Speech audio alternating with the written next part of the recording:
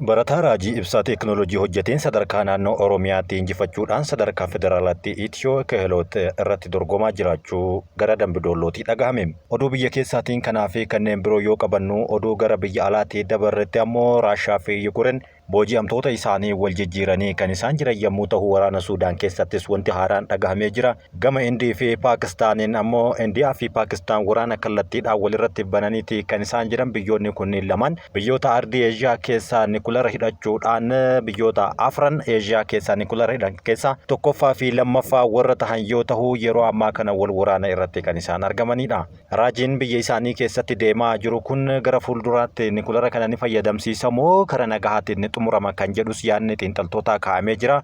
Oduuwwan kanaa fi kanneen biroo kan guyyaa har'aatiif isin biraan geennuudhaan nageenyi keenya kan kabajaa fi jaalalaa iddoo jirtan hundatti isin haa gahu jecha oduu keenya kan har'aa kan biyya keessaatiin jalqabna. Barataa Raajii Ibsaa Teekinooloojii hojjeteen sadarkaa naannoo Oromiyaatti injifachuudhaan dorgommii sadarkaa federaalaa Itiyoo Keeloot yookaan Itiyoo Iskills irratti dorgomaatiin jira. Godina Qeellam Wallaggaa jiraataa magaalaa Dambidolloo kan ta'e barataa Raajii Ibsaa kalaqa addaa hojjetee miidiyaalee hawaasaa irratti yeroo ammaa kana leellifamaa kan jiru yommuu ta'u umriin isaa reefuu waggaa 17 fi mana barumsaa waldaa warra Wangeelaa Beetel sadarkaa lammaffaa kan jedhamu keessatti barataatiin jira. Kutaa kurnaffaa yommuu ta'u kalaqni isaa rakkoo hawaasaa isaa furuu bira darbee biyyaadhaaf akka ta'u abdii qabaachuus dubbatamaati kan inni jiru. Teekinooloojiin kalaqee neetworkii haaraadha. Akkuma neetworkii yookaan neetworkii Itiyoo Telekoomii fi Safaariikoom uummanni keenya fayyadamaa jiru kun immoo neetworkii haaraadha jechuudhaan barataan Raajiin dubbatee jira. Kalaqa isaa kanaaf maqaa Dambidolloo neetwork kan jedhu yommuu moggaasuuf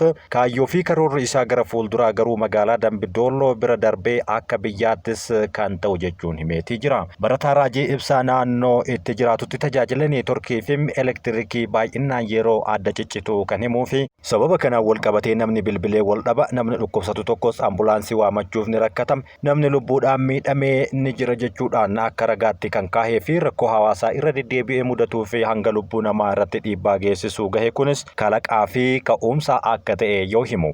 Kanaafis waggoota 4 dura bara 2013 akka lakkoofsa Itiyoophiyaatti umrii isaa waggaa 13tti kalaqa kanarratti tokko jechuu jalqabe. Achumaa ka'uudhaan fooyyessaa dhufee bara 2017 amma keessa jiraannu kanatti ammoo haala gaariidhaan akka hojjetu kan taasisee fi sadarkaa biyyaattis dorgommiidhaaf darbee jira. Meeshaa tajaajila neetworkii biyyaa fi yookaan tajaajila neetworkii intarneetii yookaan bilbila kan daataa kennuu danda'u kana meeshaalee diizaayinaatti kan qopheessee fi dhiyeenya kanatti argataa akka ture kan hojjetu yommuu himu barataan kun maashina hojjechuufis toorawwan intarneetii garaagaraa mil'achuu beekumsa akka kuufate dubbatee jira. Meeshaan hammisaa xiqqaa ta'ee fi neetworkii isaa tamsaasuudhaaf ammoo utubaawwan mukaa yookiin bilbila dheeraa hin barbaachifne kun hanga fageenya kiiloomeetira 1.5tti tajaajila neetworkii bilbilaa fi intarneetii kennuu danda'a jedhee jira. Sim kaardii Itiyoo Telekoom fayyadamee access point gara kootti yookaan Dambidolloo neetworkitti jijjiiree yaalee mirkaneeffadhee jira kan jedhuu fi osoo sim kaardii mataa koo qopheeffadhee teekinooloojiin kun teekinooloojii bakkee bahee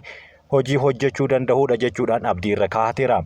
Amma teekinooloojii hojjete kanatti mirga abbootaa akka hin dhuunfanne kan himu barataan Raajiin sababa kanaan IP adrees lakkoofsa meeshaa yookaan neetworkii toora intarneetiitiin qunnamtii uumuu danda'uuf kennuu akka hin qabnes himeetiin jira. Garuu osoo teekinooloojiin kun toora IP argatee moobaayila keenyaa fi neetworkii kana qunnamsiisu IPdhaan walitti bilbiluun ni danda'ama. Kalaqa isaa kanatti ammoo mirga abbootaa baafatee hojiitti akka galuu qaamolee garaagaraa yaadni akka kennameef kan himuu fi barataan kun innis yaada kana fudhatee itti deemaa kan jiruu fi yeroo ammaa kanas dorgommii sadarkaa biyyaatti qophaa'e irratti Itiyoo Iskills keessatti dorgomuudhaaf akka jiru dubbatamaati kan inni jiru. Barataan Raajii kalaqa kanaan dorgommiiwwan sadarkaa garaagaraa injifachuudhaan dorgommii akka naannootti magaalaa Adaamaatti taasifame damee kalaqa addaatiin injifachuu kan danda'ee fi haaluma kanaan dorgommii sadarkaa federaalaa kan filatame yommuu ta'u yeroo ammaas dorgommii sadarkaa federaalaa Itiyoo Keeloot yookaan Itiyoo Iskills jedhamuufis ministeera hojii fi dandeettii fi instituutii leenjii teeknikaa fi ogummaa federaalaan qophaa'e irratti hojii isaa agarsiisaa fi dorgomaatii kan inni jiru. Agarsiisni kun eebla 27 hanga caamsaa 2 bara 2017tti akka lakkoofsa biyya keenyaatti magaalaa Finfinneetti adeemsifamaa kan jiru yommuu ta'u kanneen dorgommicha irratti hirmaatanis dorgommiilee sadarkaa naannootti taasifame irratti damee ittiin dorgoman sadarkaa tokkoffaadhaan warra xumuran ta'uunis beekameeti jira.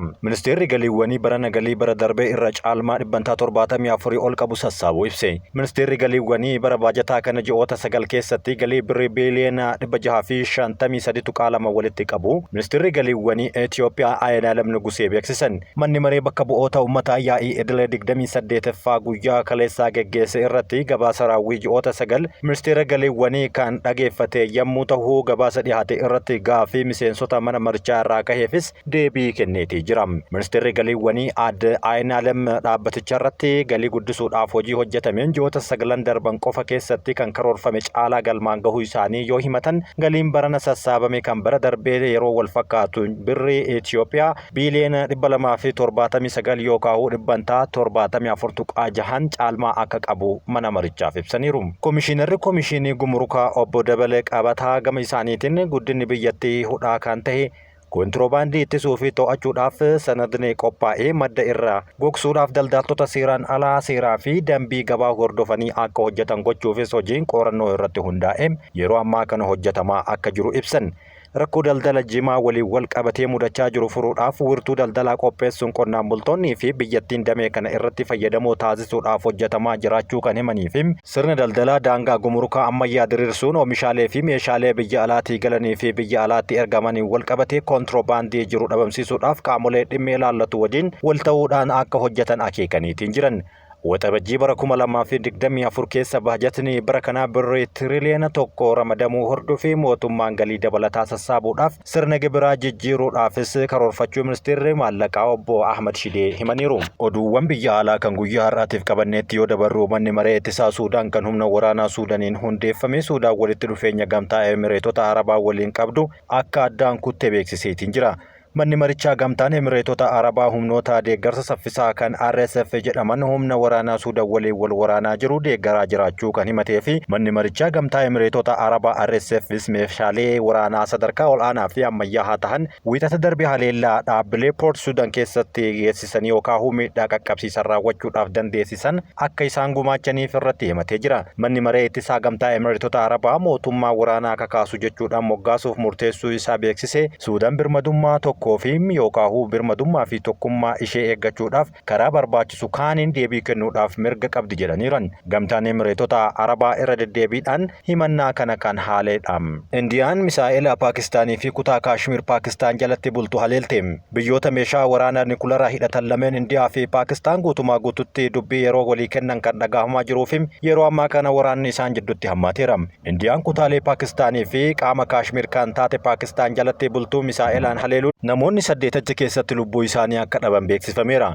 Humni waraanaa Paakistaan akka jedhutti dhoohinsa guddaa mudate lammiilee Paakistaan hirriba dhoorkeera yoo jedhu Indiyaan ammoo haleellaa Paakistaan daangaa darbuudhaan bulchiinsa isaanii irratti raawwatteen namoonni nagahaa 3 yaalaa ajjeefamaniiru jechuun himatti. Haleellaa kana keessatti shororkeessitoonni Paakistaan keessatti mandheeffatan kallattiidhaan hirmaataniiru jechuudhaan Indiyaan kan himattu yommuu ta'u Paakistaan ammoo kana haaltee jirti. Erga kutaa Kaashmir kan Indiyaa jalatti bulu keessatti turistoota irratti haleellaa suukanneessaan raawwatame torba lama booda ammoo Indiyaan misaa'ila hedduudhaan Paakistaanii fi kutaa Kaashmir kan Paakistaan jalatti bultu haleeluu jalqabdeetiin jirti. Kutaan Kaashmir kun bulchiinsa lamatti qoodamuudhaan tokko Indiyaa jala tokko ammoo Paakistaan jalatti yommuu bulan uummata tokko yommuu ta'an garagaratti garuu qoodamanii biyyoota lamaaniin kan haleelamanidha. Ministeerri ittisaa Indiyaa haleellaa qilleensaa kana Operation Sindoor jedhamuun eegalchiise yommuu ta'u haleellaan kun kan raawwatameef qaamolee ebla 22 turistoota irratti haleellaa balaafamaa raawwachuun lammiilee Indiyaa 25 fi lammii Naappeel tokko ajjeesan adabbii maluuf ni kenninaaf jechuudhaan dubbataatiin jiru.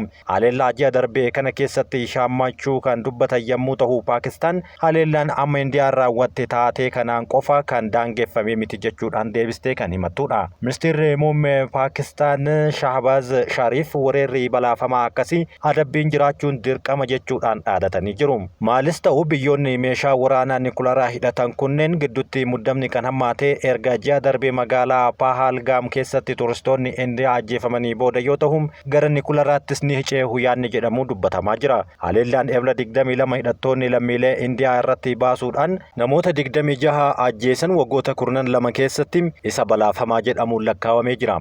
Lammiileen Indiyaa addatti baafamuudhaan haleelamuu kanneen haleellaa sanarraa lubbuun hafan yoo dubbatan haleellaan balaafamaan sun Indiyaa baay'ee kan mufachiisedha. Ministeerri muummee biyyattii Naarendra Moodii hanga dhumaa dachiittillee ta'uun kanneen yakka kana raawwatan adamsiifamanii adabbiin isaaniif malu ni kennamaaf jechuun dhaadachuun isaanii ni yaadatama. Poolisiin Indiyaa kanneen haleellaa raawwatan keessaa 2 lammiilee Paakistaan ta'uu yoo ifa godhu Indiyaan duraanuu Paakistaan hidhattoota haleellaa akkanaa raawwatan kan deeggartuu fi biyya ishee keessatti kan leenjiftuudha jechuun qubatti qabdi. Paakistaan haleellaa Ebla 22 akkasumas hidhattoota yakka akkanaa raawwatan deeggaruu keessaa harka hin qabne yoo ibsitum erga haleellaan sun raawwate torbaan lamaan booda biyyoota lameen kanatti tarkaanfiiwwan garaagaraa walirratti fudhachuun jalqabameetii jira. Dippiloomaatonni walii ari'uu, viizaa walii dhoowwachuu fi daangaa walitti cufuun kan jalqabaa yoo ta'u keessaahuu walii galteewwan kanaan dura mallatteeffaman irrattis tarkaanfiin biraa fudhatameera. Amma kunoo daangaa walii seenuudhaan wal haleeluu kan eegalanii fi tarkaanfiin akkasii erga bara 2019 biyyoota lameen gidduutti fudhatame inni kun kan jalqabaa ta'eera. Bara 2019 lola biyyoota lameen gidduutti dhalate lubbuun namoota yookaan loltoota 40 darbuun ni yaadatama. Odeessa Delhii irraa argamu akka mul'isutti roobii ganama Paakistaan kutaalee Kaashmir Paakistaan jala jiran 9 kan ta'an haleelaniiru jechuun warri Indiyaa gabaaseera. Iddoowwan irratti xiyyeeffatan kanneen wurtuu shororkeessitootaa fi bakka irraa haleellaan karoorfamee fi kallattiidhaan kennamaa turedha jechuun ibsi Delhii kun baase. Haleellaan kun wurtuuwwan humna waraanaa Paakistaan tokkollee akka hin rukunne kan ibsee fi Indiyaan garuu tarkaanfiin fudhatame kan xiyyeeffatame adda baasee fi of eeggannoo kan qabuu fi rakkoo biraa kan hin hammeessine jechuun dubbatti. Paakistaan akka ibsitetti ammoo iddoowwan 3 haleelamaniiru bulchiinsa Kaashmir kan Paakistaan jala jiru keessa iddoowwan 2 Muzaffarabadii fi Kooltii kan jedhaman bulchiinsa Paakistaan Punjaab keessatti ammoo Bahawalpur kan jedhamu raawwatameera jechuun himataniiru. Oduu biraatiin Raashiyaa fi Yukureen booji'amtoota wal jijjiiran. Raashiyaa fi Yukureen booji'amtoota waraanaa 410 wal jijjiiruu isaanii ministeerri ittisaa Raashiyaa beeksise. Jaarsummaa Emireetota Arabaa Gamtoomaniitiin hidhamtoonni Raashiyaa 205 qorannoo xiinsammuu fi fayyaa erga godhamee fi booda karaa Beelaarusiitiin gara Raashiyaatti deebi'uun isaanii himamee jira. Haaluma wal fakkaatuun booji'amtoonni waraanaa Yukureen 205 gara biyya isaaniitti yoo deebi'aman walumaa galatti namoota 410 wal jijjiiranii jiran. Pirezidaantiin Yukureen Volodimir Zelenskiin Emireetota Arabaa Gamtoomanii fi qaamolee biroo booji'amtoota waraanaa gara biyya isaanii akka deebi'an gumaacha isaanii gananiif yookaan gumaacha isaanii guutaniif galata galchaniitiin jiran. Biyyoonni lameen guyyoota 15 duras booji'amtoota waraanaa 246 wal jijjiiruun isaanii yaadannoo yeroo dhihooti.